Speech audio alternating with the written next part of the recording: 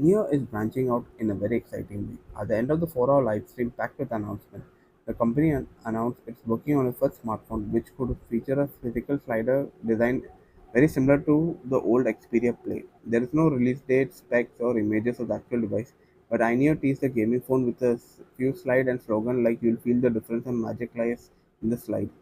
The announcements come in the segment called One More Thing 3, which pretty much tells you how the event was packed and planned. The company did not show anything beyond the silhouette, but implication will be a gaming phone with sliding controls, something we have seen before with Xperia Play or the recently launched Ambanic RJ Slide. The device launched soon after the patent for sliding phone expired, and Ayaneo seems to be following suit. Ayaneo has been busy lately. Earlier in the same live stream, it showed off the dual screen Pocket DS Android handheld, a Game Boy style vertical console, and a new budget sub brand known as KONKR.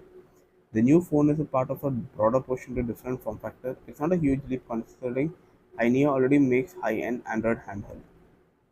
But from now, there's nothing much to go on besides that it exists and is in development. If the final product delivers, it could be a huge deal for mobile gaming.